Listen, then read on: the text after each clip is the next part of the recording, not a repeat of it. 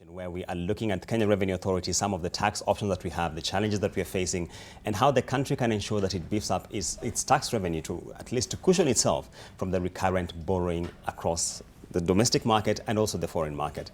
And in studio, I am joined with an eminent panel. I have CPA Francis Kamau, who is a partner and tax leader at Ernst & Young. I have Professor Tia Waris from the University of Nairobi, who focuses on fiscal law. And I have Judith Njagi from Kenya Revenue Authority. Welcome to the show. And just to pick up from where Lillian has set the stage for us, the issue of presumptive tax, which, if I could start with you, Judith, which was expected to be netting in the small businesses and thereby at least widen the tax net, seems not to have worked by the own admission of KRA. What are the options going forward? Okay, I would say that that is why we have reintroduced the turnover tax, so that the presumptive tax and the turnover tax run concurrently. The presumptive tax was targeting the very small traders and only those who pay their licenses at the single business permits, yeah? And you find that like the mama boggers that we have seen, some of them are not even licensed, yeah? So we have a category that is out of that tax base, and those who pay their licenses are the ones that we were targeting.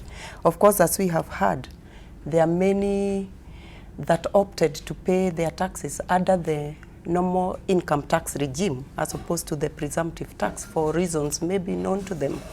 So there is a reason that taxpayers, because they had a choice, it was an open platform. It's either presumptive tax or continue with an old regime that was there, the income tax. Okay. Yeah, but for further simplicity, because income tax, you have to bring all the receipts and documentation and everything, we still reintroduce the turnover tax so that whoever now wants that simple platform and is within that turnover, they can continue with that. And as you have heard, they'll be paying the presumptive tax and then netting off.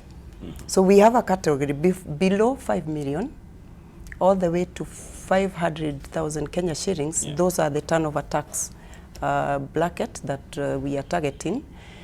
Below that, but all the way below 5 million to zero, will be paying presumptive tax as long as they are paying for the licenses.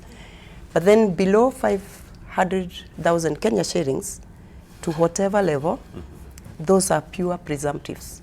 If you are in between the 500,000 and 5 million, you pay presumptive and then you net off from the turnover tax. And Madam Mayor did mention when she was speaking to Lillian Kerry that data was a bit of a challenge here. And I would like to get just how significantly is data hiccups, if I could call them, a challenge when it comes to tax collection? Yeah, I think the issue here is the systems. Yeah? Not every other county is into technology. Yeah? Most of them are still doing the manual. They're using the manual mode. So the integration didn't happen as we had foreseen. Because if integration happened, the plan was you pay your license and the 15% goes to KRA. 15% of that license goes to KRA automatically. But this now, when we are manual, we have to wait for the taxpayer to pay the license. And then we expect through trust and facilitation, because again, we are in the self-assessment era, we expect the taxpayer will honor the obligation and pay the 15%. So some may not honor that. Okay. Yeah.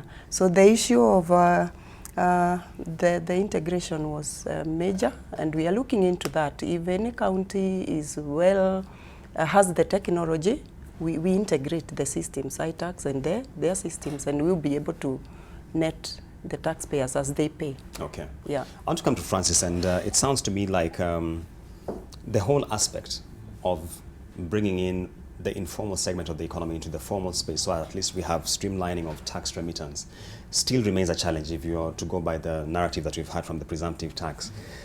How significant a challenge do you think this is? Because many times we speak to small business ventures and they'll tell you, why would I formalize when it has significant burden on myself as a business?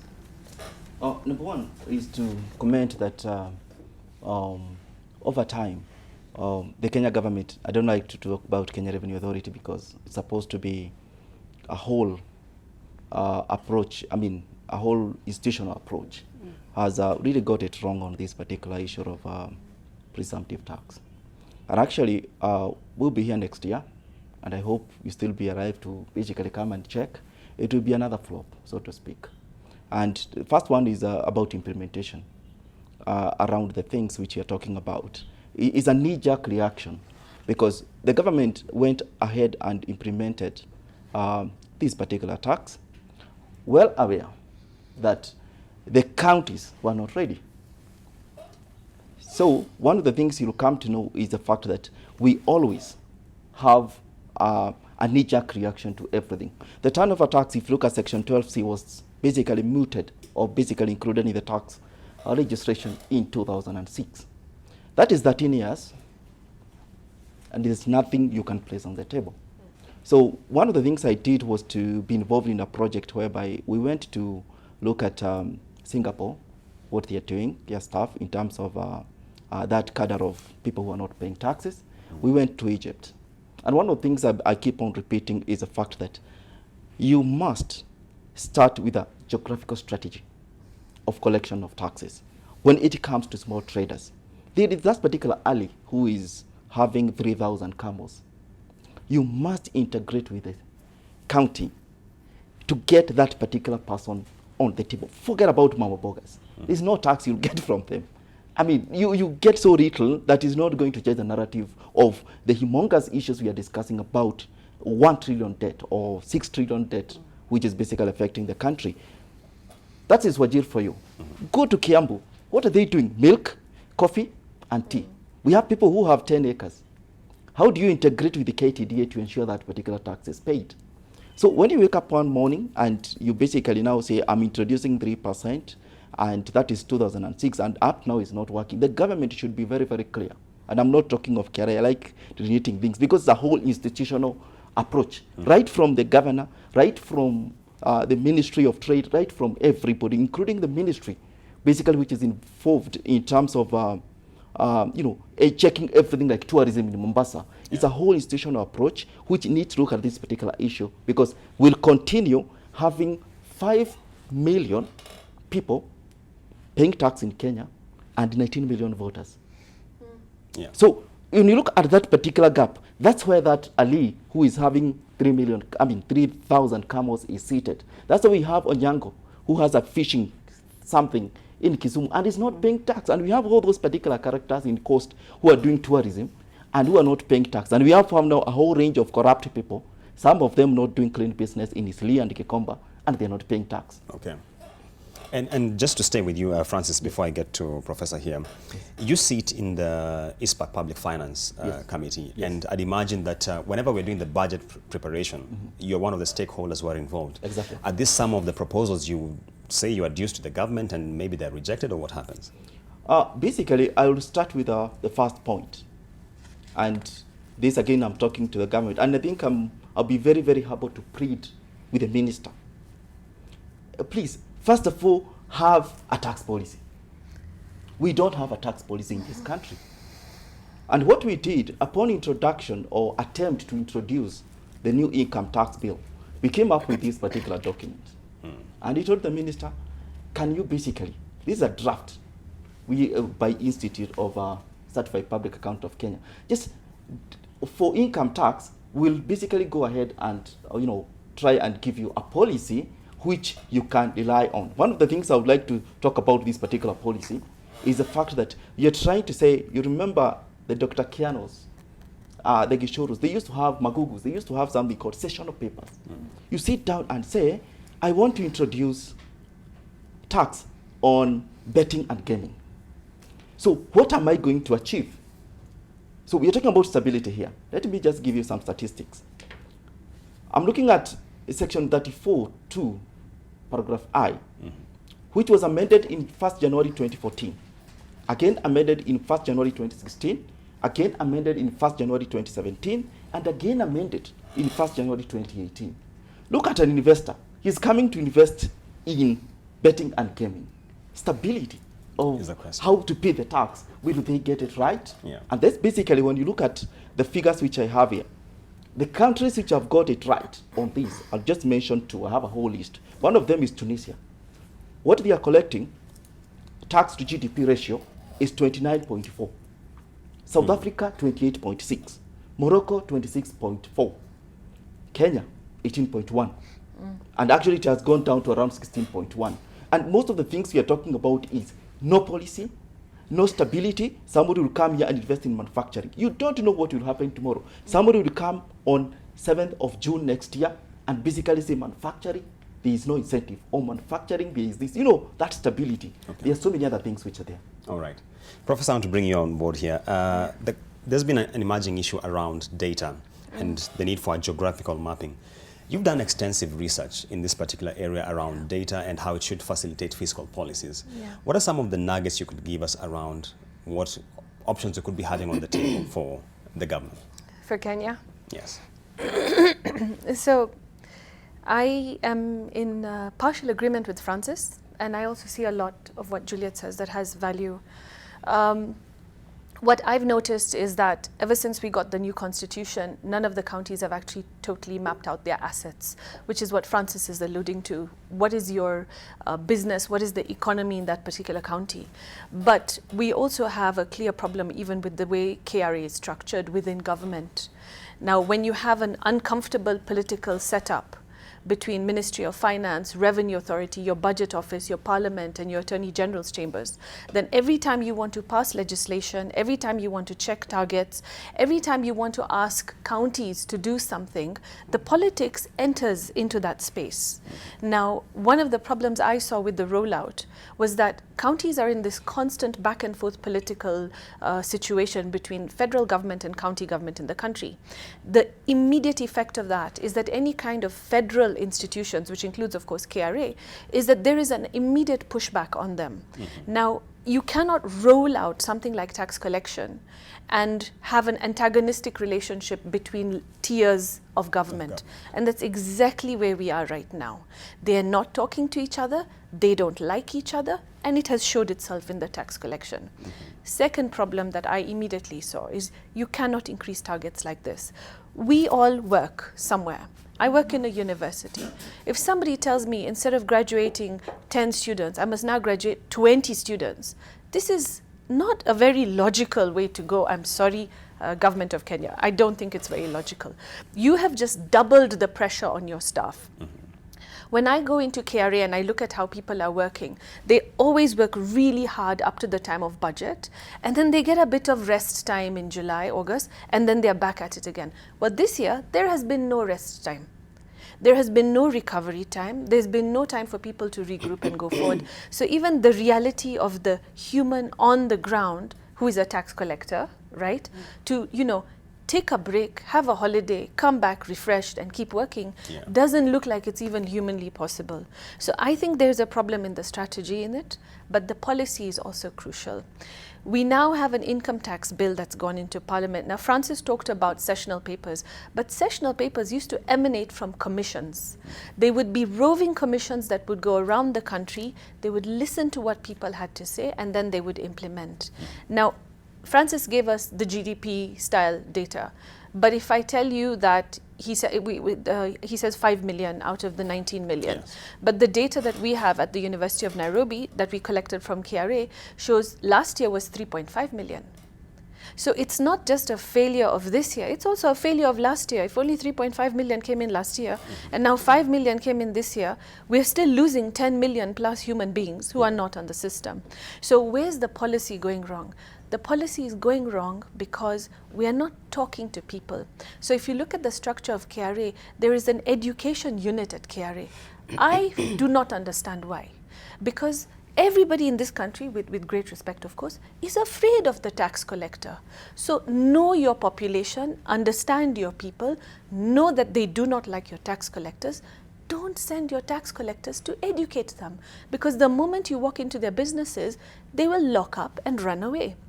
And there are documented cases that we have found where tax collectors will come to do a visit to the taxpayer on a taxpayer day, and the taxpayer disappears because they're afraid they're being brought in to audit them.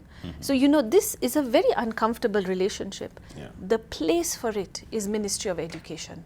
The place for it for capacity building of taxpayers is there. When they were rolling out these taxes, the first thing they should have done was talk to the taxpayers. We want to roll this out in the next 2 to 3 years. You cannot throw things at people immediately. This is the argument of certainty that Francis talked about. A sudden jerk in a system, in an economy, is always going to have a negative problem. So you see the struggle that KRA has had now in taking it forward. So what do they need? They do need a tax policy, but they also need to bring in people who have expertise in tax knowledge to come and design it for them. And they need to bring Kenyans into the room. There are many qualified Kenyans, Francis and myself. We've all been working in tax for many, many years. But it is very difficult for even us to get in and give our ideas and for there to be an openness in the system. Okay. So there are lots of problems and we will keep talking about them, I'm sure. I want to get to Judith, and I want to clarify that Judith does not speak for the National Treasury, and that KRA is simply an implementer. Yeah. So National Treasury decides on the targets we want to set, and KRA has the job of collecting revenue. Judith, there's a lot I understand that KRA is doing in terms of sealing leakages, in terms of plugging in some of these holes. If you could just respond maybe to some of these issues being raised and what is being done precisely. Okay, understanding where we are doing a lot of integration with our stakeholders at the government ministries. I'm sure we are aware that we already integrated with the IFMIS system, and that is one of the ways we get a lot of the suppliers to the government. And government being the major consumer, we realize that most of the taxpayers that we are looking for are supplying to the government, and we are able to net them through the withholding tax system. So that is one of the way of getting information of the suppliers of the taxpayers who have decided to trade ADA. On the issue of the fear, that is something that we are also getting out, and especially now in this era where we are preaching the trust and facilitation, and we have gone that journey for quite some time. And I think where we are now, the taxpayers have started trusting KRA, and we have introduced what we call relationship management, where each taxpayer is mapped to an officer. And it's like, it's not just audits. Actually audits, we've gone through on audits, and what we are doing now is what we call compliance checks. So every time we are checking our systems and we see there is a problem, there is a gap, and we just call for a kind of a relationship to find out why was there this drop. So that is where we are going, and I believe we want to win the taxpayer so that we become a partnership and not as opposed to just running and closing shops anytime KRA. I think those were days gone, because we want to have that platform where a taxpayer can freely visit KRA and table their issues, and we are able to engage. We call it the round table kind of engagement. We listen to the taxpayer. We are able to see where do we support the taxpayer, especially in the case where maybe a taxpayer has kind of tax arrears to be paid. And there are negotiations. Maybe you are not able to pay the lump sum, and we need to negotiate. The law and commissioner has powers to give that kind of a negotiation, paying installments. The law allows for waivers. So all those talks are there. And I think my call to the public is to come forward. Do not fear KRA. KRA is ready to listen to the taxpayer, and especially those who have not been engaging. We are saying, let's not still stay in the dark. Come out. Okay. Let's know who you are. And we are ready to have a talk. Okay. Yeah, and walk you through, be able to know what could be that problem. Yeah. And of course, we are working with our stakeholders. We work a lot with the KPMG, I mean the big fives. We'll work a lot with all the stakeholders to ensure that we are educating their members. And also they are catching up the issues or the areas of non-compliance, and they are educating their members as well, so that all of us are reading from the same page. And when you talk about supporting taxpayers, and especially those who you mentioned might have been in arrears, there have been questions around how the likes of Keroche breweries, for example, have been handled lately. We have had some of the billionaires who have been flagged by the media in terms of tax arrears for a number of years. And the question has been, are you really doing justice to these business enterprises which employ this number of people? And one morning they wake up and there are KRA officials at your door and effectively you're really closing down shop. Do you feel that would fall within the ambit of perhaps supporting taxpayers? The intention is not to close any company. And what you see, when you see it, that's not when it has happened. We've had talks. And when round table talk fails, then there has to be a bit of an action.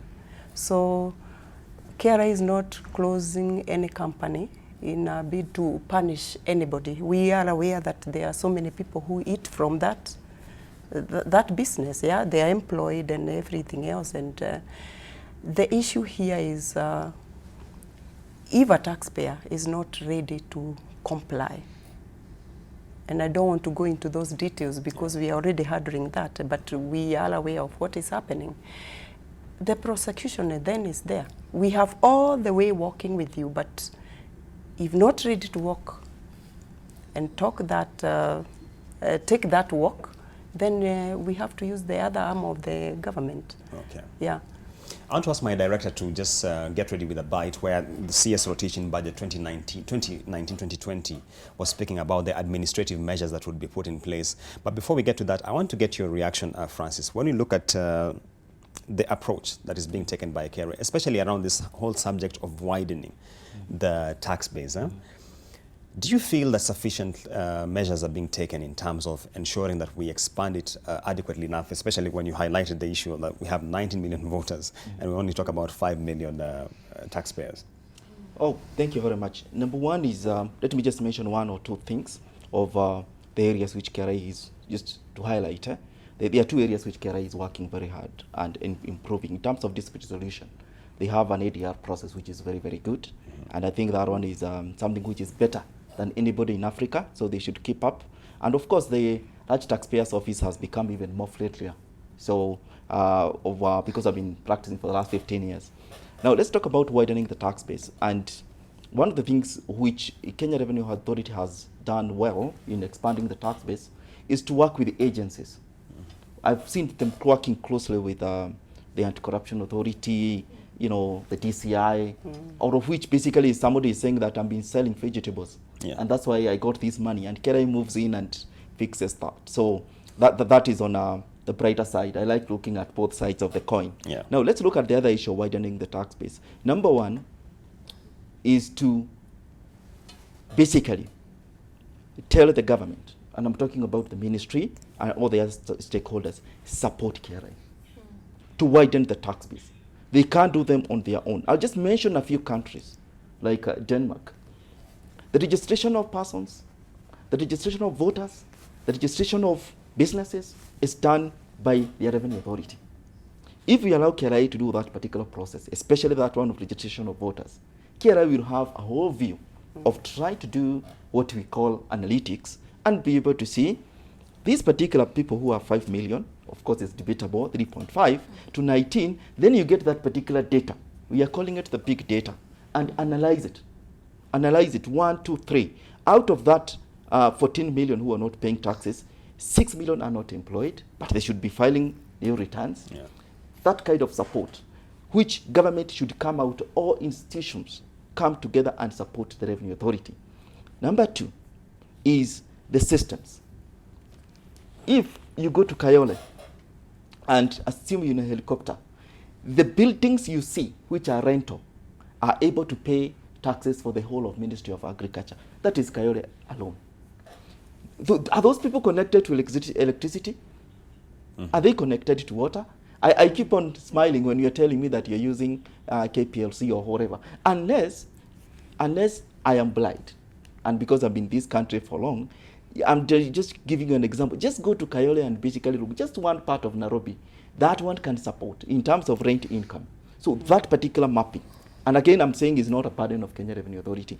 It's all systems go, because Ministry of Energy comes in, KPLC comes in, Ministry of Water comes in, and the county government to come and support the Kenya Revenue Authority. So what I can say, and basically I like talking about the Kenya government, of which I'm part, because I'm playing a big part of paying taxes.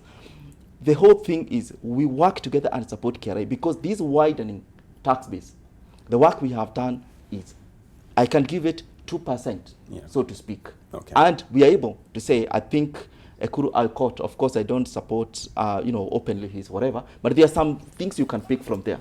That if we do that, the whole of this debt we are basically taking, we don't need to take it. Yes. Yeah. All right.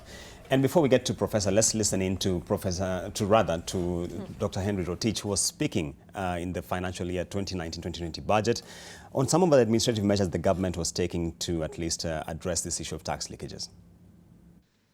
Meanwhile, in terms of administrative measures to enhance revenue collection and seal revenue loopholes, a number of initiatives are underway, including sustaining the fight against illicit and counterfeit trade that was launched last year.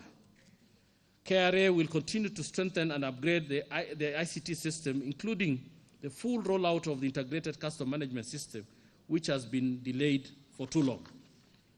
Information sharing through MOUs with other jurisdictions to support fight against cross-border tax evasion will also be implemented. Revenue enhancement initiatives that target, among others, enhanced scanning of containers to detect concealment, implementation of regional electronic cargo tracking system to tackle transit diversion, implementation of new debt collection strategy, resolution of tax dispute, and enhancing investigative capacity to support revenue collection.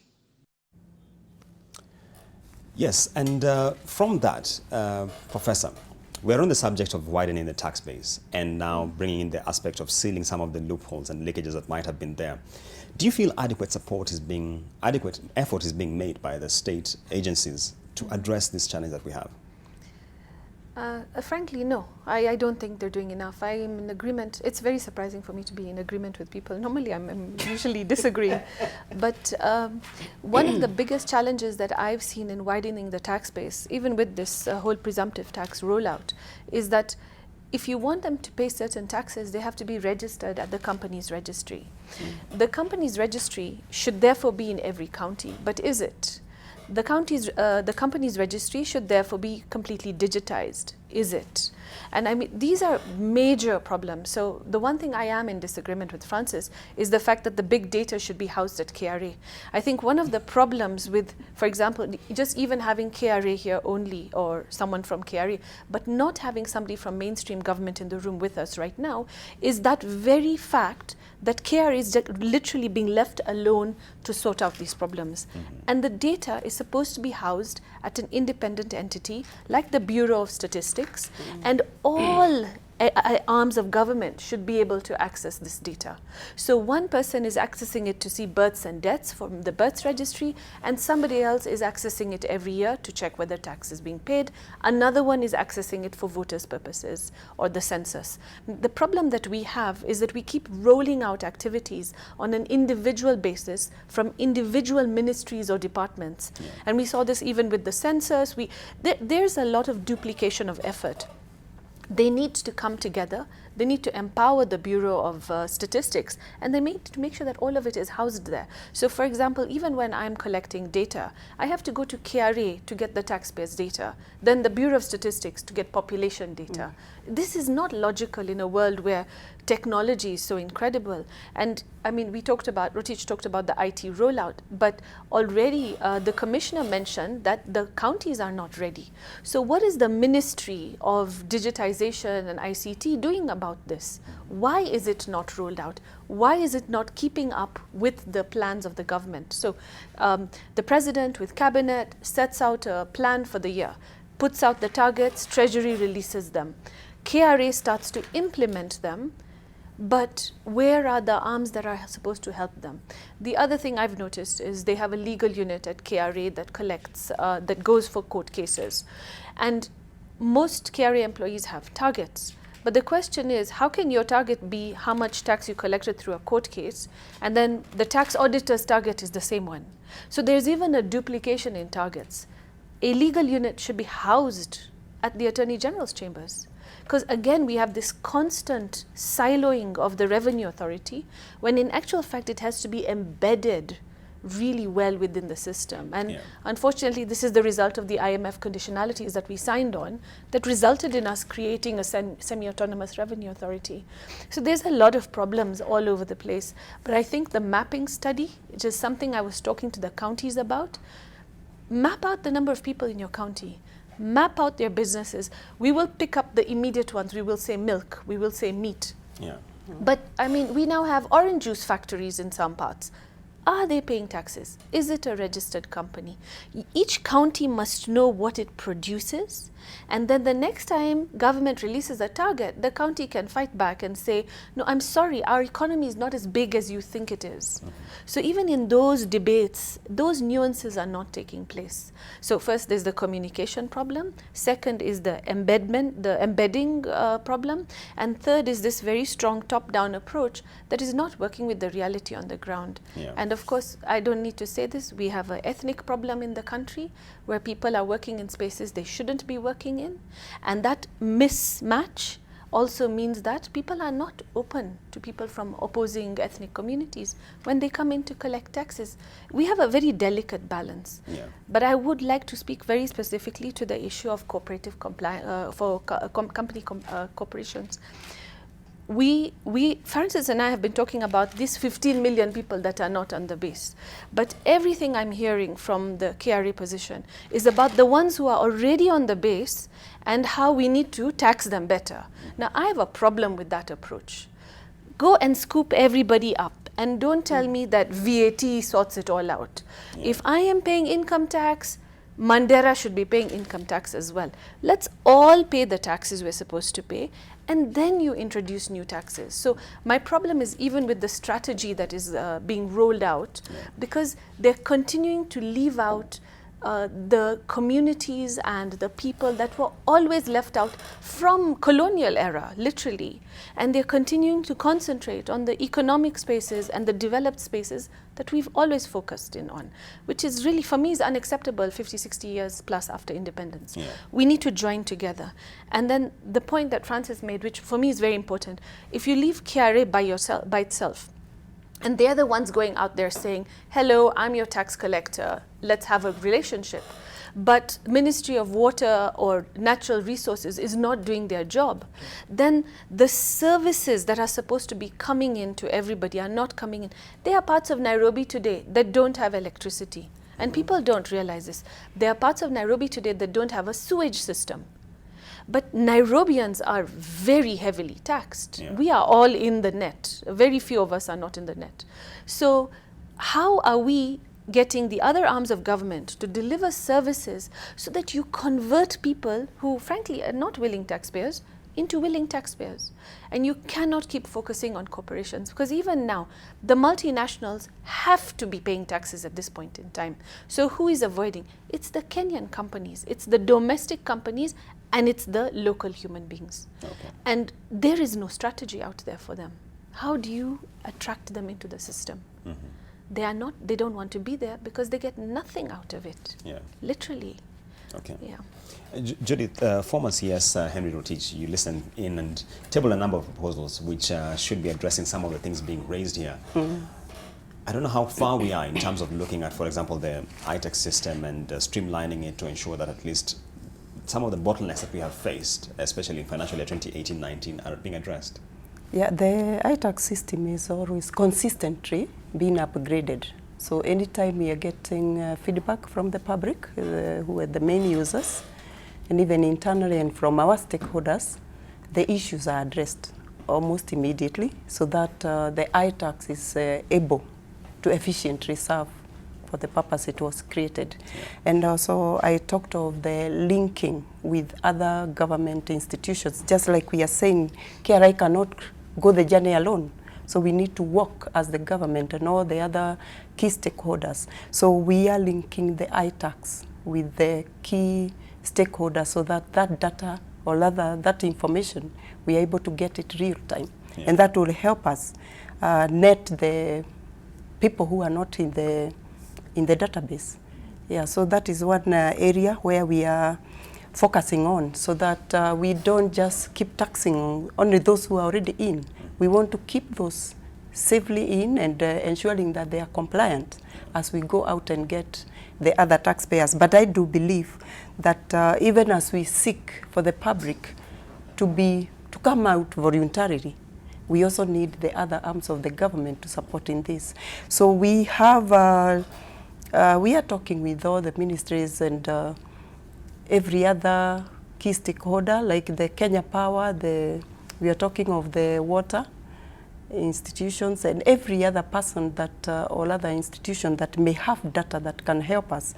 And even maybe I would say even the Huduma information, the Huduma number thing that we have could give us information. Immigration will give us information. When we go to the Ministry of Land and the counties, we get information that will help us net taxpayers that are not in the base. So the taxpayer base, actually, the real reason for it and the focus that we have on that as KRA is to bring and target taxpayers who are totally out of the base. So the 10 million that we are talking about, we are already trying to filter and see who should be in and is not.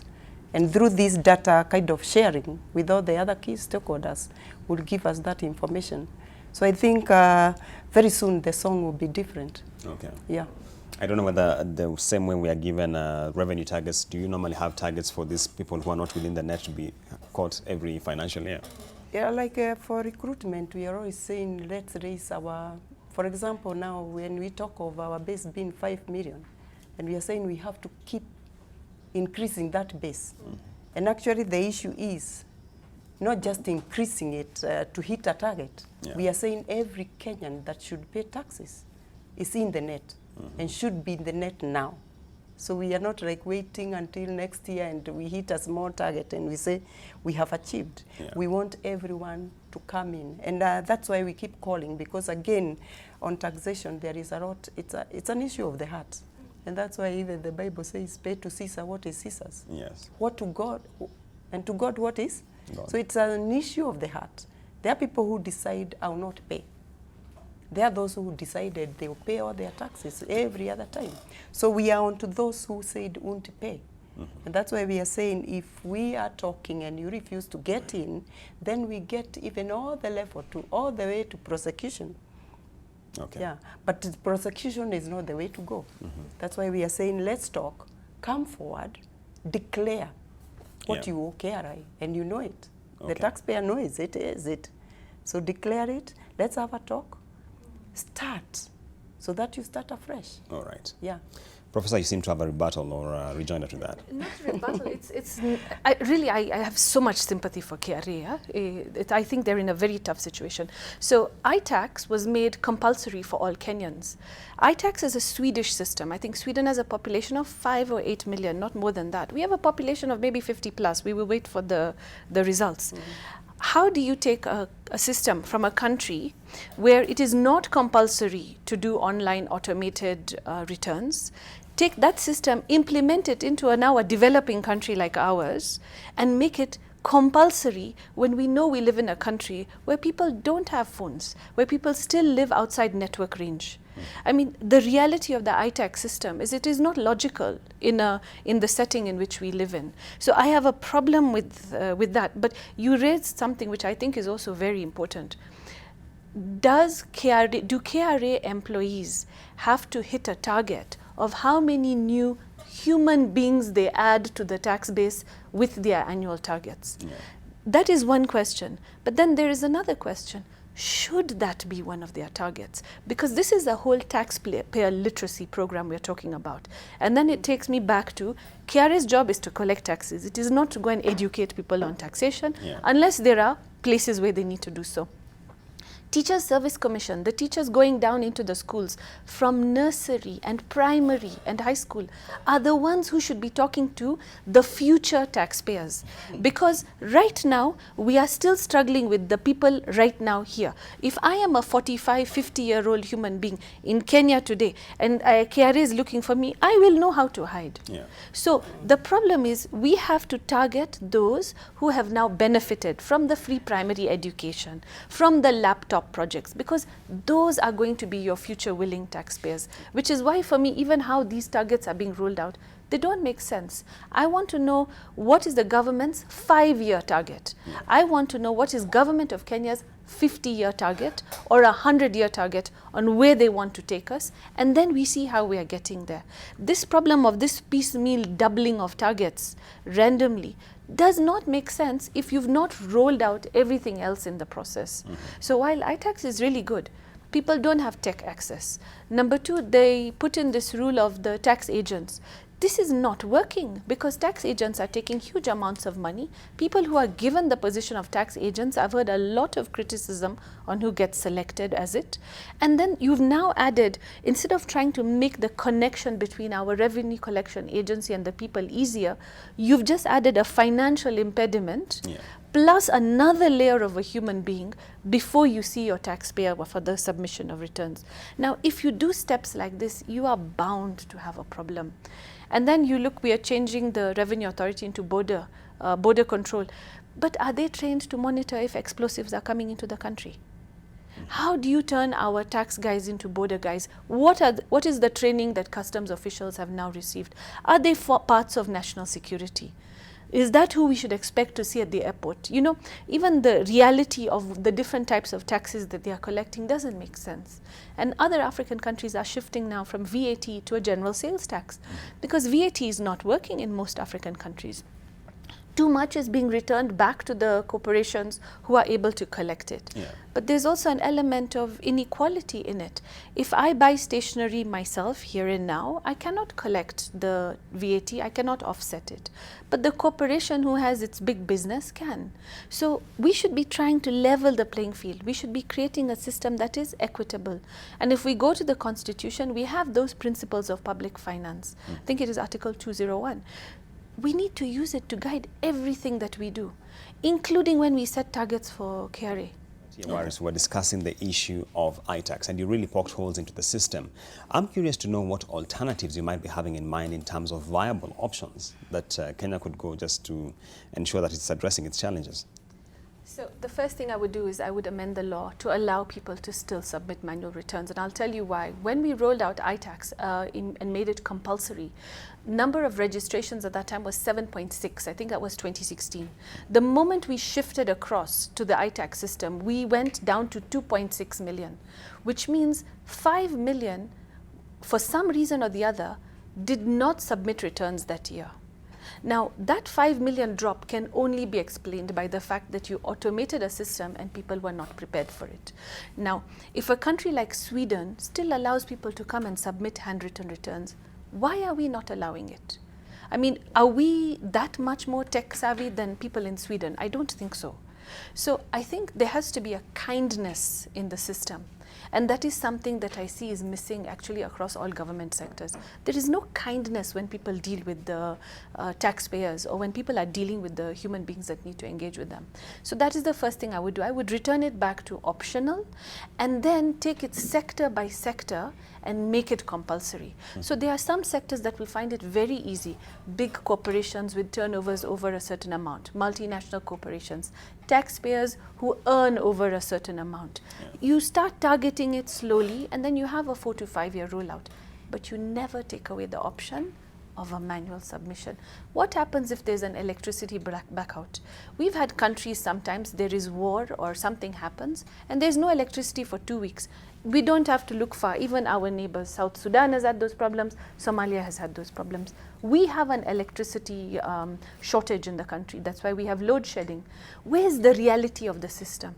And anyone who does it themselves will tell you that if you try and submit returns, because you know we are Kenyans, we like doing things at the last minute. Eh? So the iTax system collapses. So there is panic, then they extend deadlines. I mean, look at your population, understand what they are like, and deal with it accordingly. That's what I would tell you. And I would tell you, doing iTax as compulsory is just impossible, and it's just unrealistic, frankly. So your view is that we should have the manual running parallel with the iTax system. Francis, I don't know what you think about this. Number one is iTax worked magic for a number of companies, and especially the big corporations. And one of the things you'll see with iTax is that it managed to, of course, bring a bit of, can I say, uniformity in terms of submissions. But I do agree with Prof that we really rushed. And I think I talked about the issue of knee-jerk reaction to issues. Do we have, and sorry, I keep on repeating, do we have a policy? Did we have a policy in place what we want iTax to achieve? Did we think about that particular person in Turkana, who basically his work is to fish in Lake Turkana? And they are very rich people there, by the way, who are doing fishing. So, and that particular person, there's no electricity, there's nothing. It's like I come and I supply and everything. Okay, of course, things have changed of late. So, of course, we need to have that kindness the Prof is talking about to ensure that we include everybody on the drawing board. And the other particular part of iTax, I can say is that, yes, and sorry for the people who crafted it. Right now, there are so many partnerships. I basically talking about now the institute because we deal with partnership. Many partnerships are not able to file the returns. And this is factual. It's not, most of the things I also don't like about the civil servants, it's like when you say something, they counter. Which one? I can give examples right now, what I'm going through. And I think it has been a discussion for 4 years now, a whole 4 years, discussing about a certain partnerships which are not able. And I'm telling you what is happening here is the fact that that particular system, the issue of programming, some of us have done basic programming, changing it to allow a partnership to file a return, it should take maximum 2 days. Why is it taking all this particular period? So are we ready, first of all, in all out? And I've done, last week I was actually visiting KRA on the same issue for 4 years, so that some partnerships can file returns. So those are the things we are discussing, and I still believe that before we do anything, let's have a policy and be ready. We consult and we look at if anything happens, what could we do? And pilot it. I mean, piloting is so simple. Take a select group of spaces and test it out. I just remembered while Francis was talking that last year a whole slew of taxpayers were receiving these payment slips that they had underpaid their taxes. Some of them were getting underpayment of 1 cent because the iTax system didn't know how to recognize that 1 cent could be forgiven. And people were so used to rounding up and rounding down. So, if you're over 50, you go up. And if you're less than 50, you go down. So some people were getting bills with a penalty of 10,000 shillings for failure to pay full taxes because they took 0.01, which is 1 cent, and they rounded down. And this is not one case. There were hundreds of people who got this because I was getting calls for months. And you can't, look, the effect, unfortunately, the effect of that is a taxpayer that does not like the tax collector. So when you're making decisions, pilot them, test them out, run simulations. I mean, this is not magic. This is not, and we are not saying anything new. But treat your taxpayers with some gentleness, some kindness, and some respect. Instead of having them run around in circles trying to figure out how to pay 1 cent. Judith, a lot has been said about iTax. I don't know whether you have any points you'd like to raise about progress being made in terms of the system. I think I wouldn't go into details on this because some of these issues we handle them case by case, and that's why I said when we receive feedback from the taxpayer, and I'm not sure why we have not fixed a charge for 4 years. I would actually wish to know what problem that was. So like the dot issue and such, those issues, when they come to us, immediately the iTax is enhanced. Every month we have enhancements that are happening just to ensure that every sector is taken care of. So maybe those are issues that I would wish to get feedback and go find out what could that be. Otherwise, iTax was introduced, actually started in 2014, and rollout was in 2016. I would say we gave that 2 years, and we were doing manual and iTax returns at that time. And 2016 is when it became fully mandatory. Of course, I do admit some of those in those rural areas where there is no power and everything, that should be having a platform. But what KRA is doing is that we also have our centers almost everywhere at the grassroots. We have a contact center that is open almost like 7 to 10 every working hour. Of course, we would say maybe they are not able to contact us. Weekends, they are able to call and maybe seek for support. We have our staff at the centers in the counties, the Huduma centers. And the staff, their work is simply to give support. So if a taxpayer comes and they are unable to file, we do actually file for the taxpayer. So we are still encouraging that so that every taxpayer embraces iTax. You are aware Kenya has really gone tech. We are quite high in technology. I do admit we may not be like the South Africa and Switzerland, but we are quite somewhere. So allowing that technology and people to serve would be good. So I'm not quite sure we would be going backwards to allow the manual, but again, just being sensitive in case there is a big problem. Manual returns, we can't say that we can't receive manual returns. We can still receive in case there is a big issue that would have to lead us to do so. Yeah. So, but continue. We are now also into getting into simple mobile apps. Of course, that is for a certain category of taxpayers that we want to reach. Yeah. So you don't have to get into the iTax. You simply use that mobile app for registration. Again, there has to be a lot of our taxpayers, and I mean our staff. And I said, though there is kind of bad blood between the taxman and the taxpayer, we still want to, we don't want to back off. We still want to say, let's talk, let's engage. Let me support you. So I'll come with my gadget. I support you to register. I support you to file your return. I support you to generate your e-slip. I would say like the implementation of the presumptive tax. Yeah. There is no issue of filing. All you need is a PIN, and then there is a payment. Mm-hmm. Of course, the generation of e-slip, which we are trying to simplify with the introduction of the mobile application and the USD, whereby you simply, you have a PIN or you have a UID, we want to simplify that further, simply make the payment. So for presumptive, it's just a payment. Okay. And we are able to see you. That is how simple maybe we would say we are making it. And I'm sure like the issue of mobiles, they may not be Android or that high level, but a good measure of Kenyans have mobiles that can support this initiative.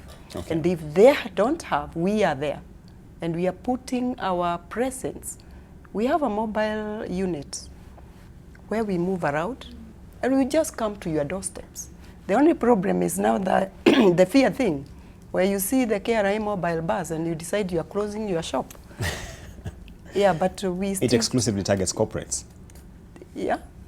The mobile unit only targets corporates or... No. The mobile is not for corporates. Corporates know what to do. Okay. iTax platform is there. The tax agents are there for them. Actually, we are not even much dealing with the corporates because they know what they should do. Yeah. When you see this number of corporates that have not complied, that could be intentional. Okay. But for the Wajiko, let me say, the real SME, this somebody maybe even don't have information. So, and that is with the starting point. Yeah. Professor had talked about inculcating a tax-paying culture. KRA is already into that. We are developing a curriculum where, from the nursery or wherever, our children will be nurtured into paying taxes so that when they are grown up like us, we don't have to coerce them. Mm-hmm. They simply pay. We have tax clubs in schools. Okay. Where the children begin to practice the tax-paying culture. And I believe that is something that will make them just adopt tax-paying. Okay. Yeah. So much is being done, but maybe the public has not really felt it, but there is a lot. And with the cooperation with the government and any other key stakeholder, I'm sure we'll get to a good end. Before we get to the discussion around the mobilization of on-source revenue by counties, I would like us to talk about this issue you've mentioned, Francis, about tax policy and the requirement of one. If you were to say there are 3 elements that should be incorporated into this tax policy, what would they be, and how would the execution look like, just to at least give us a sense of what should be considered when it comes to this matter of a tax policy? The first issue, basically, when it comes to the tax policy, I'll just mention about 5 or so. But the first one actually is simplified income tax system. And I think in the book of Wealth of Nations, Adam Smith talked about the canons of taxation. So simplified income tax system. And once you basically become a student, I'm a tax leader for about 6 countries, but I'm telling you, just read Kenya Income Tax Act, just alone. It is Greek, so to speak. Just go to read the one for Rwanda. You can even read it, okay, sometimes not oversimplified because the legal language must be there, but don't take me around the issue of dividends. I don't even know what is dividend under Section 7. Number 2 is equitable, neutral, and predictable income tax system. That's another one of the, enshrined in the bigger issue of Adam Smith. It's part of the bigger issue which is coming out as a key issue which should be included in the system. The other one is stability in revenue collection. I think I've talked about that point so passionately, let me not repeat it, about stability of revenue collection. Actually, for many countries, what they do, you change the tax law every 3 years. Kenya, we change every year with the intervention in between. So there's another law the other day which stayed in power for 19 days. 19 days. It was implemented, and then another something changed. Within 19 days, it had a shelf life of 19 days. The other one is efficiency in tax administration. And maybe what I can mention about that is Kenya Revenue Authority, in terms of the efficiency in tax administration. I have a company, it paid tax. It has a tax receipt. This is the tax receipt. So it's a big circle. This is a tax receipt, it is here. So Kenya Revenue Authority denies that receipt. Then we go check the receipt, and up to now, 3 months on the run, we basically now going to that particular aspect of tribunal, having not agreed on this particular receipt. And even the system is showing it is there. It's a whole range of things. If I go to South Sudan, to bring Kenya in par with whatever, we usually go with a tax receipt, they check, it has their whatever, finished. They remove it from the system. I'm talking about simplicity. It's a stroke of a genius. Don't tell us about Star Wars. Just deal with these things and everybody will be happy. Yeah. Now, two remaining is accountable and transparent income tax system. Accountable. We have companies which are doing manufacturing, and those particular companies were flagged by KRA on the issue of excess duty.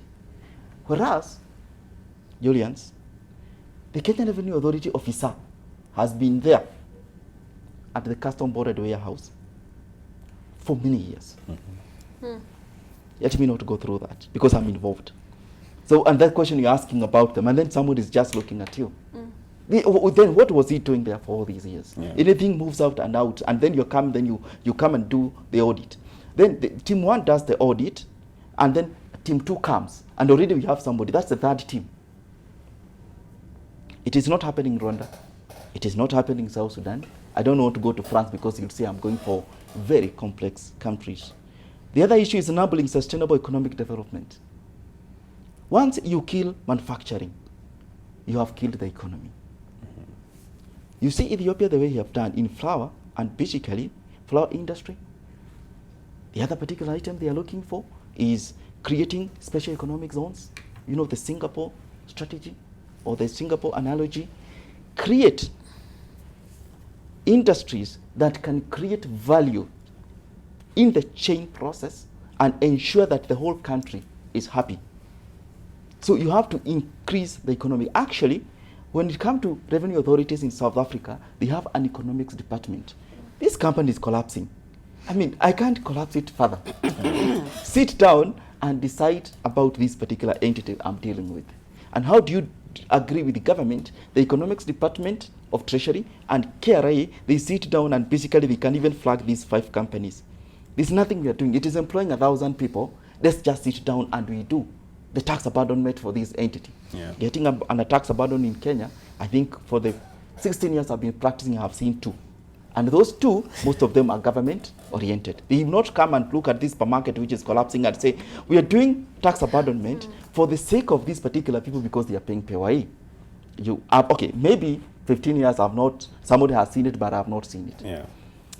One abandonment I've seen again, it's where government has or whatever. So those are the key areas I can talk about, and that's what we flagged in our document, which we are calling as the Institute, a non-state actors perspective taxing income in Kenya. So that you basically use those ones as the key in terms of working around the tax policy. But Francis, before I get to Professor, yes. To play the devil's advocate here for government will always tell you that when you talk about things like tax abandonment, they don't have, or rather we don't have as a country, the fiscal space to allow some of those provisions, because we are struggling already to raise tax revenue here. We have a huge debt burden on the other side. So the onus is on us to ensure that at least we tighten our belts before we get to that point where we can allow some of these discretionary provisions. What would you say? Oh, it has been there for many years. Actually, it was former Section 123A of the Income Tax Act. It is now, I presume, it's Section 37 of Tax Procedures Act. It has been there. It has been anchored for the last 20 years. And what it does is to look at which side of bread is buttered for government. Here, I have a company which is dealing, it is basically engaging around 1,000 people as employees in Kisumu. It is collapsing. Can government, if it does a bit of abandonment for that and it survives, you still continue collecting the PAYE, and so you have to work with the Treasury Economic Department, and actually tax abandonment, to tell you, they talk about the minister and KRA, but the sweeter part of it is actually most of those discussions go up to the cabinet level. And when you look at companies like Nzoia, Mumias, the cabinet can sit down with the minister and say, let's abandon this particular one to save the jobs for the people, because at the end of the day, if it dies, it goes down with the taxes. So there's enabling legislation around some of those aspects. It's a matter of how to implement them and, of course, use them to save jobs, to basically save the value chain in the economy and all that. Okay. Professor? Well, I agree a little bit on the tax abandonment issue, mainly because it wasn't intended to punish taxpayers, and I think that's where even the starting point has had a problem as far as policy guidance is concerned. So how do you approach taxpayers? And case law over the years has shown that the tax collector is supposed to take the side of the taxpayer and work to their benefit. Now, you have to use that particular case very carefully, because of course it doesn't mean you're going to forgive tax all the time. But it does mean that there has to be this kindness that we are talking about. So if I go back to your original question about tax policy, so I have a different position from Francis. We've got Article 201 of the Constitution. For me, that is where you unpack your tax policy from. And that particular provision uses the word justice. And this is where I don't like The Wealth of Nations by Adam Smith, because there is a better African economist from North Africa, Ibn Khaldun, who basically came 400, 500 years before Adam Smith. I actually think one may have plagiarized the other, frankly. So the African actually started that whole idea that you need a system that is simple, that is neutral, that is certain, everything that Francis says, but it has to be taken in line with a sense of justice. And you cannot compromise justice when you're dealing with it. Now, if I look at Article 201, that's what it says, because justice is a really key part of it. Now, justice is for every taxpayer. The only thing I'll tell you about the ISPAC report is unfortunately, I think it's skewed too much towards corporates and not enough towards individuals. So it does cover one sector of the stakeholders, but not all of them. So if we widen what justice now means for everybody, I recently wrote an article that has been published that can be found online on an African and a Kenyan fiscal philosophy, which is basically what you're asking. And I think that you need to have, of course, accountability, which Francis has talked about. transparency in the system, but also responsibility. With great respect to KRA employees, there was a whole swath of them that were brought to court from the investigation department. Yeah. What has happened to them? Are they back in investigation? Where are they? So what happens when the taxpayer walks in and sees the same person they recognized in court is back in the same office space? They have to deal with that same human being again. What is that relationship showing? Have they been suspended? What is the outcome of the court case? Now, all of these are real issues that are not coming out. So this is your transparency issue. But you do need an efficient and effective system. But I would compromise efficiency with reaching out to general taxpayers, especially along the borders of our country, that know nothing about central government in Kenya. Yeah. If you go to Mandera and you speak to people, you ask them, where is Kenya? They tell you Kenya ni kule chini.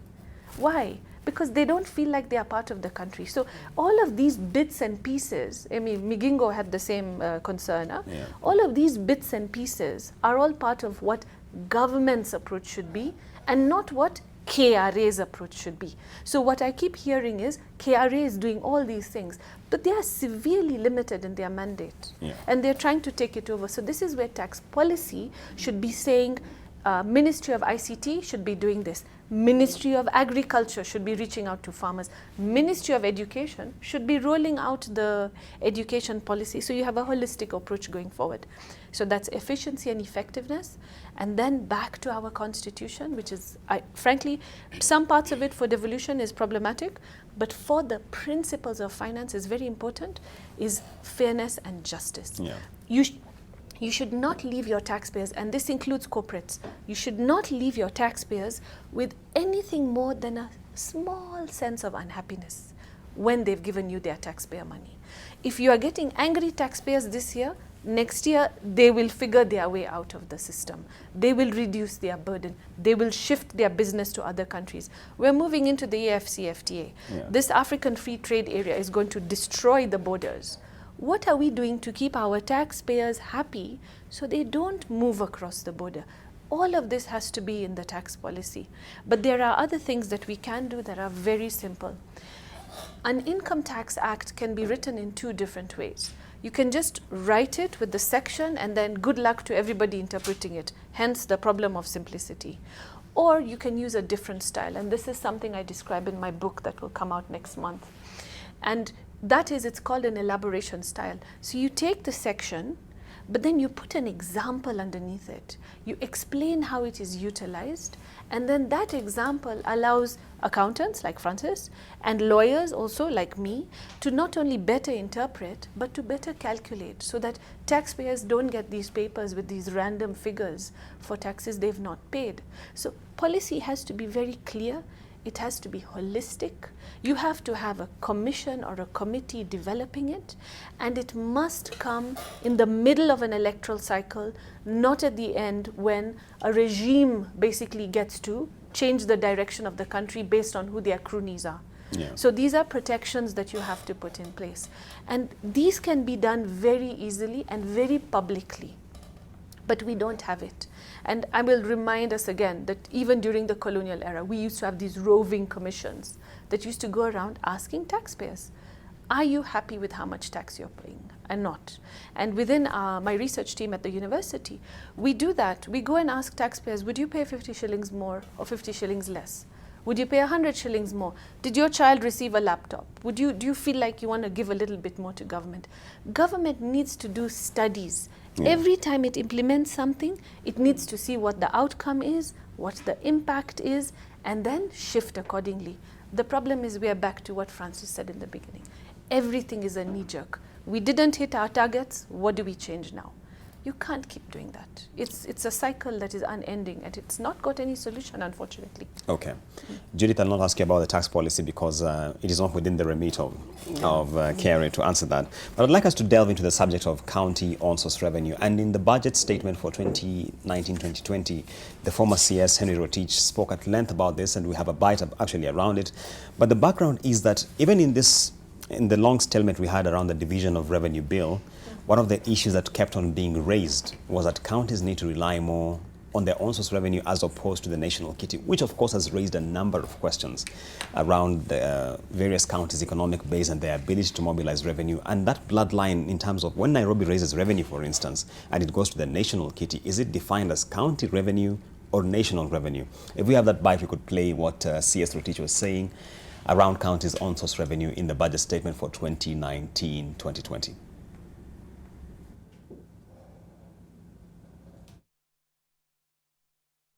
Council of Governors will implement the national policy to support enhancement of county government own sources of revenue. Further, as per the presidential directive issued in February 2019, the National Treasury has established a multi-agency team to develop and implement an integrated revenue management system for county governments. This initiative is aimed at eliminating the leakages and large costs currently incurred by counties in their revenue collection processes. An integrated system with the counties. And I think, Judith, you have mentioned this a little earlier around what KRA is doing around this. If you could just give us a little more detail as to the kind of extent you're going to with the counties. Okay, to address this, we had said earlier that some of the counties are not into technology. They're still manual, so the issue of integration maybe will come later. Okay. But whichever state they are in, we're still engaging. But there are those counties that already have their systems in place, and we have engagements on how we can link our system and even collect that tax on their behalf. The issue of their own source of revenue for the counties and the national, I think the national revenue also goes to the counties. There is that portion that goes back to the counties, and that's why everybody pays the tax at the national level, and then there is that tax that is at the county level. Of course, the public times look at it as a double taxation because there is the KRA tax, there is the county tax. But I think since this just started not long ago, with the talks and integration and working together, government and all the other institutions, maybe we could come up with a policy that would see how do we tax the taxpayers and we still get that tax for the counties, we get the national county, and everybody is taken care of. Okay. Yeah. Francis, if you look at the Commission on Revenue Allocation formula for revenue allocation, yes. Part of the element that is considered is counties' own source revenue, such that it essentially incentivizes counties' capacity to mobilize their own source revenue. The net effect has been that for a while we saw counties coming up with levies left, right, and center. Yeah. And when you look at this whole discussion around county own source revenue, what do you think is the way forward in terms of what is really feasible? Because some counties will tell you, look, we really don't have a robust economic base for which you can say we are raising own source revenue.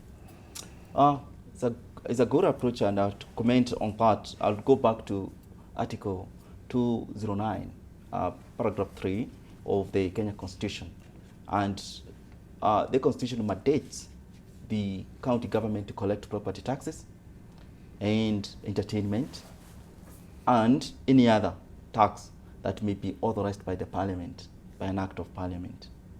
Now, let's face it, property taxes, I don't know, land in Kenya is, I mean, you can't know sometimes who owns the land. That's why you basically can even build a house.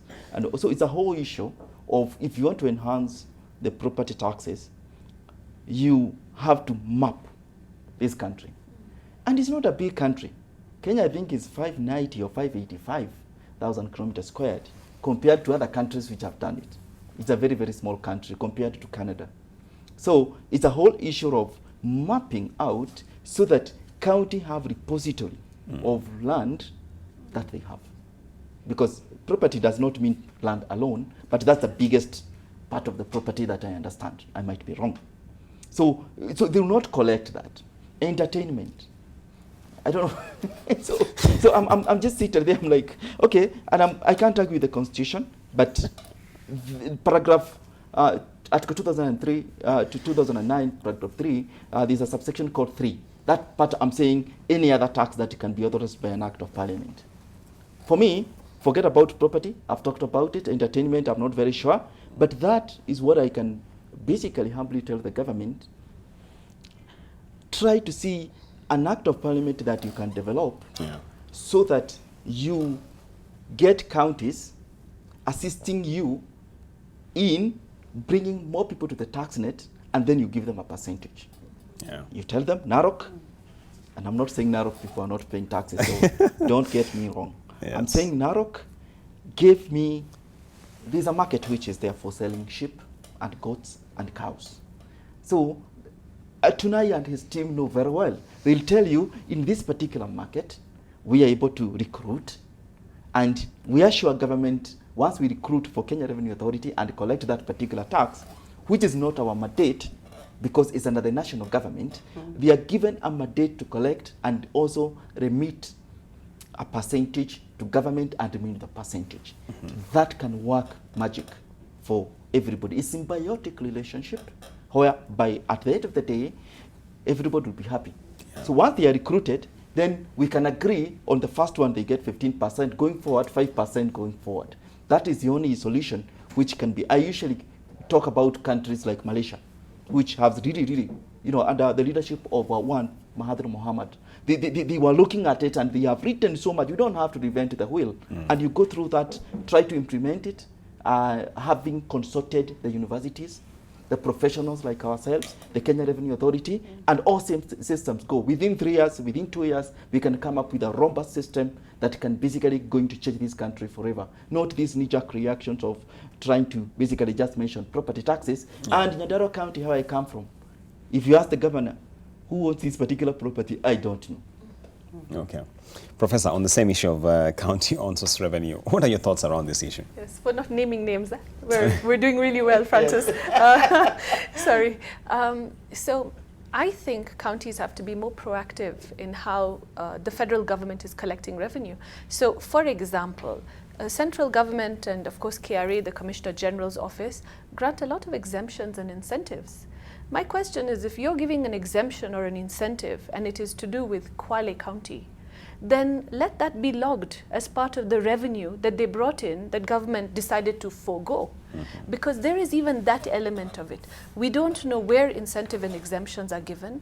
We don't know in what part of the country we're given. So you need every county to understand what central government is doing that is giving away their revenue, and you need to count that. So that is, for me, that would be one very important and very, frankly, very easy win for counties. But the Constitution has a small problem. We are administratively devolved, but we are not financially devolved. The reason I say that is because we took administrative responsibilities and gave them to the counties, but we didn't give them the means with which to run those services. So immediately after the new constitution came in, there was the battle. Then there was the problem even with hiring doctors, because hiring takes place at the county, but the money is paid from central government at the Ministry of Health. So this clash needs to be resolved. And this clash can be resolved very easily through legislation. It's an oversight in our constitution, but it is not fatal. It doesn't need a constitutional referendum at this point in time. So that's the first thing you need to do. You need to start streamlining and saying, if this is the activity that was happening before the new constitution, and here's where the activity is now, please send the money down so there is payment for those, because that is one big sticking point for them. The second one is things like special economic zones. They want to set up this Nairobi International Financial Center. All of this, again, is revenue foregone. If you're giving away the revenue, from which county are you taking it away? And who gets to pay the price? So again, county needs to be able to liaise with central government, and parliament and senate need to triangulate with county governments and work to unpack the information coming out in the public finance committees, in their accounting committees, so that they understand what is happening. The county governments, in my understanding from the ones that I've met, are not well equipped in understanding financial information when it comes to tax systems and unpacking the tax systems. So there is a need for training. We are running trainings like that at the university, and everyone is welcome to attend. But this idea of adding a taxpayer and getting a cut, I think that is interesting. But what about if you have people hitting certain targets, like the way they do with KRA employees? They hit a target, they get a bonus. Give the county, hit a target, get a bonus. Use the same system you already have in place. But I said that the constitution is problematic. So they can only do property tax, entertainment tax, and any other. So you even have people having burial taxes, which frankly will scare some communities in this country if you have to pay a tax when you're being put in the ground. So we should also have a list of what you cannot do, just out of what our community in this county will not allow. So I don't see them making that like bottom list of how a person can live. What happens if a poor person passes away in those counties? What, we don't bury them because they don't pay the tax? Yeah. Do they think through what they're implementing? But the one thing I think they have edge over, counties that are close to the borders can start building a lot of regional trade, especially with the AFCFTA. I've not seen them thinking innovatively about that. Why don't you get a big supermarket like Tuskys or Naivas to set up at the border at Namanga or at the border at Mandera? We have people who drive all the way into Nairobi from those areas, right, to do shopping and then go back into Tanzania. Let's make business easy for our neighbors. Yeah. So let's be a little bit innovative, right? We need to look at those sort of things. The other thing is digitization. So it's not in the constitution. We haven't figured it out yet for the country. So this is a message to all counties.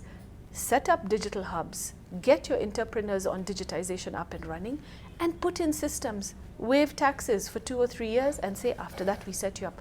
But what are we going to give you? We're going to give you hotspots where you can have a desk and do your innovation in your village, wherever you are. So give a service to your people that is missing, and then tell them in a year or 2 you're going to get revenue out of them. Yeah. But they need to think out of the box. I don't think they are thinking out of the box yet. And I think they need to really map out the capacity of their people. For the past 50, 60 years, we've had free education in many universities. We've got a lot of skills. These young people are not going back into the towns and cities they came from. Why? What are we doing wrong at the counties that people feel that the only place to do business is Nairobi, Mombasa, Eldoret, Kisumu, maybe even a little bit of Naivasha? Change. You have to change. Yeah. And we have a population bubble. The average age of a Kenyan is 19. The age at which you're supposed to register your PIN number if you're adult is 18. What are you doing with your 19-year-olds? Have you brought them into your tax base? Are you taking them forward in your counties? There are many ideas. They just need to, I think they really need to think outside the box, and I think they need to spend time thinking about what's on their counties. I think Kivutha Kibwana's county is the one that stands out for me, because very innovative, stopped the sand, the river's running. Yeah. Put up the orange juice factory, has set up a whole industry. Like, people need to ask him, what did he do to get to that point? How did he think? What did he try and understand? And everyone will tell you, he will sit and even talk to the mama mboga on the side of the road. Why? Because innovation comes from everybody.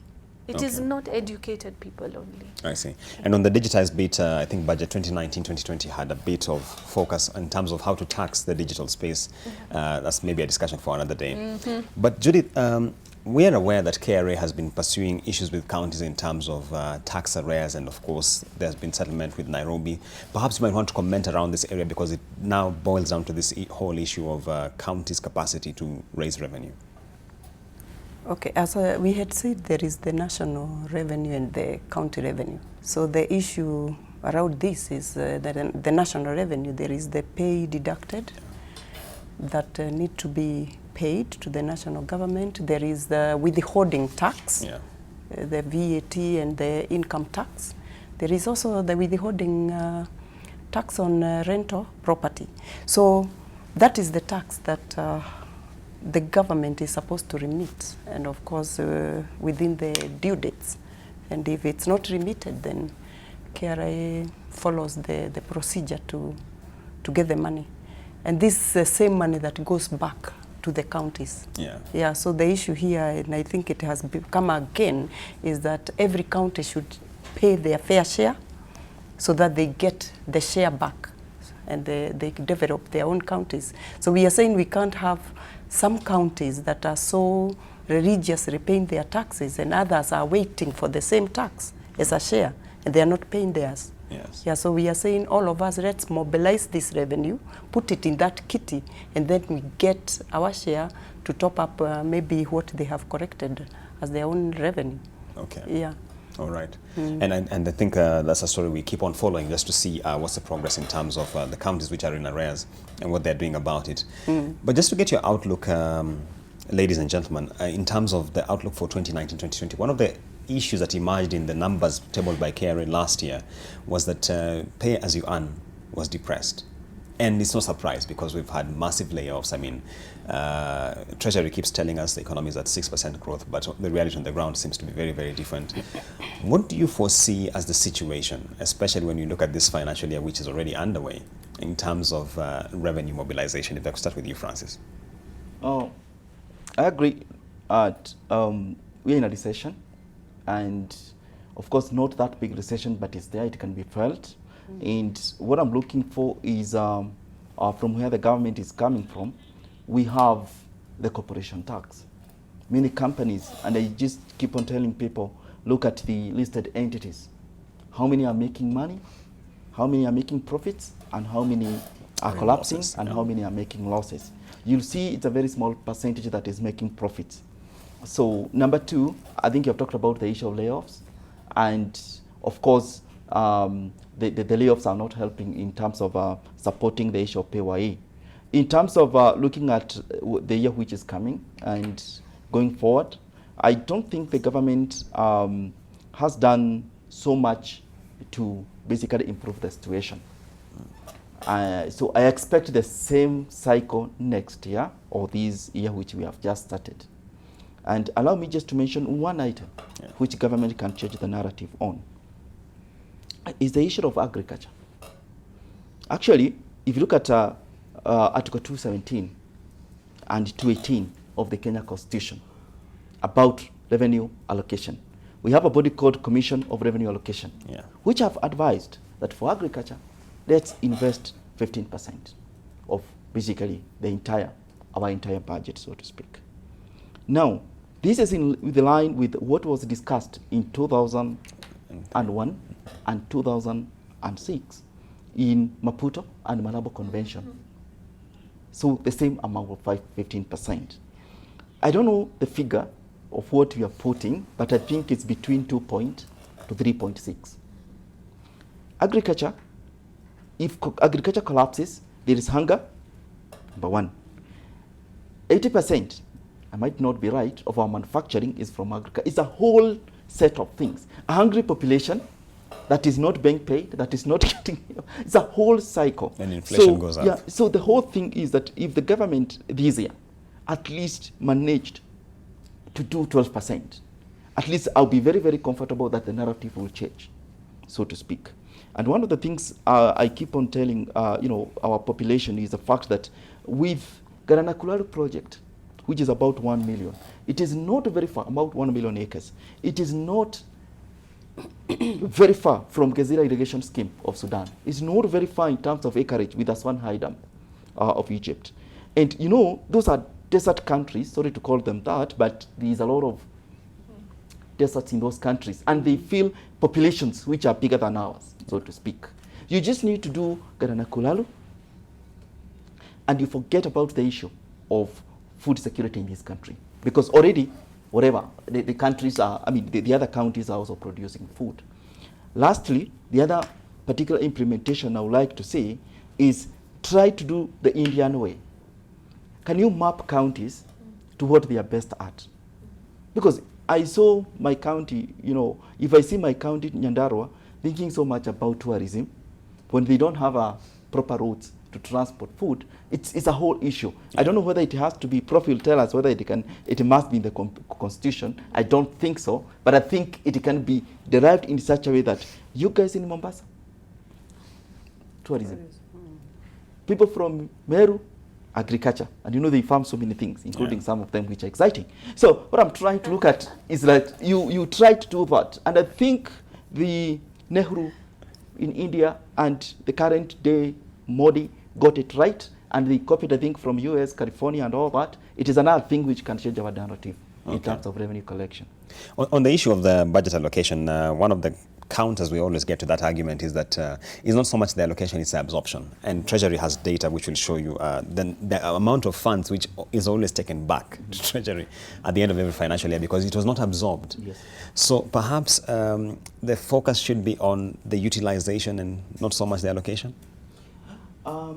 If you look at it specifically, we are seeing a changing the paradigm shift. And one of the things you will notice that even if you absorb the whole of 3%, you will not get the required amount of money to, for example, spark the agricultural sector.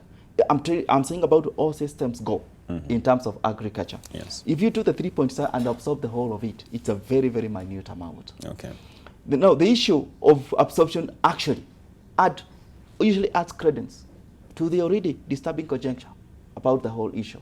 Because when you look at it specifically, it's about so many things. It's a myriad of issues we are discussing here. One of them is what you hate mentioning, corruption. It's corruption issue.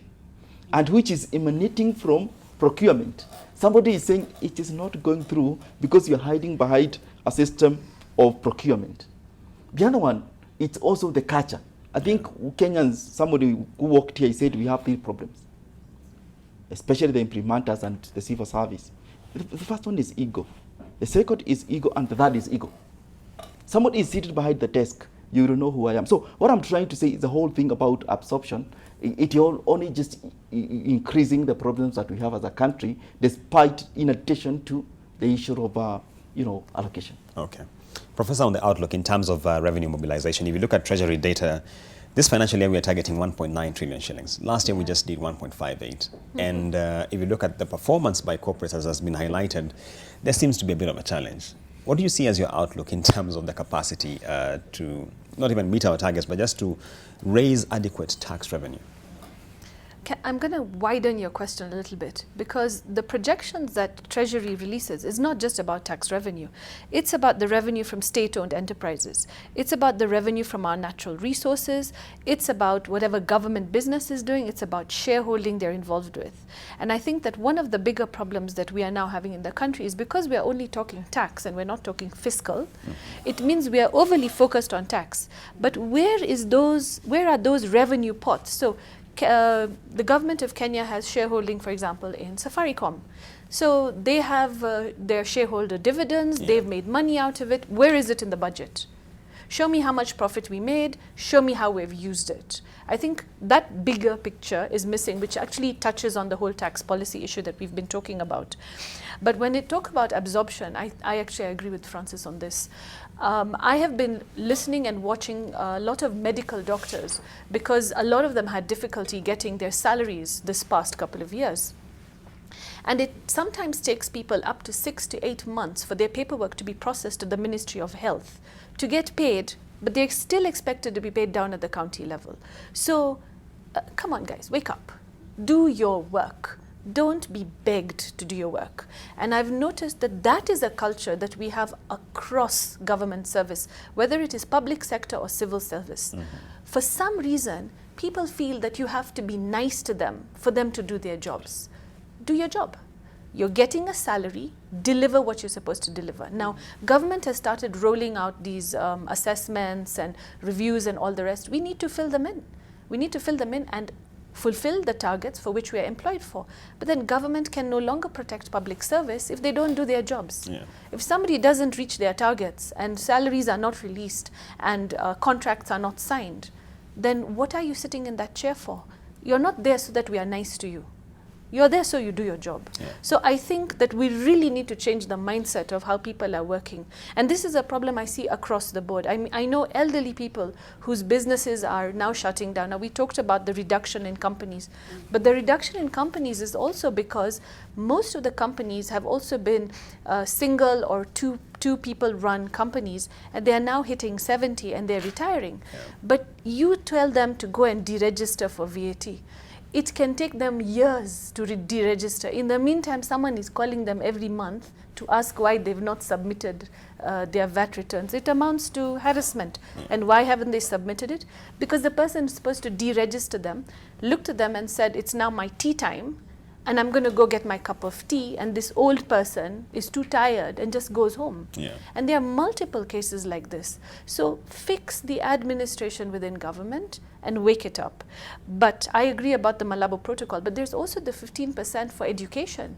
There's 15% for health. Yeah. So where is that money? And please don't tell me we can't absorb it. That means you don't know how to manage government, and you don't know how to spend money. And if you don't know how to do your job, let's put another person there in charge who knows how to spend that amount of money in that period of time. Because that is also a skill set. Yeah. And maybe that needs to be put in under the TORs for our cabinet secretaries. How can you be returning money back to a budget in a season when we are in a recession? When people are on the road and when on TV you hear cases of women giving birth outside clinics because NHIF cards are not working. So who's the responsible person, and who should get onto the chopping block? We should deal with it, and we should take it head on. It's not personal. Yeah. We have 50 million people who are angry, upset and struggling right now in this country. And they are railing against government. So you need to deal with them. We are not this, they are not a bubble in government, they are also us. So this blockage between the two of them really needs to be dealt with. But I also think that the housing levy is going to fall short of what they wanted to collect. Yeah. So with all the layoffs, you see there was no clear projection on how much they were going to get. They didn't factor in the fact that we're going through another recession. And so the result is they've projected a certain amount they're going to collect from the housing levy, and they're going to fall short. Now when they fall short, they will not be able to build housing. The companies that have won the tenders will walk away, like the way we have with roads that are not completed because they run out of money. So then where will those houses be built, and how are they going to be built?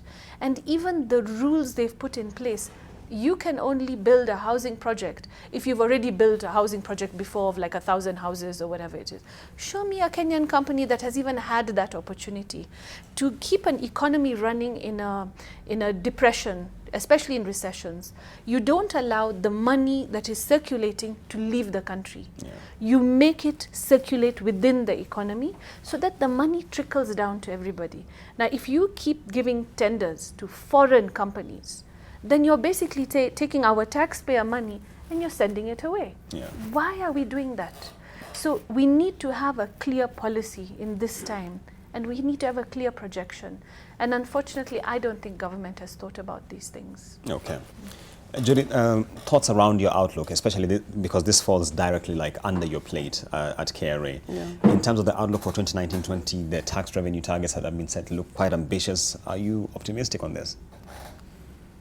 What I would say is that Kenya economy is big. Let's not undermine it. And as we had said earlier, just look around and see the developments that are happening.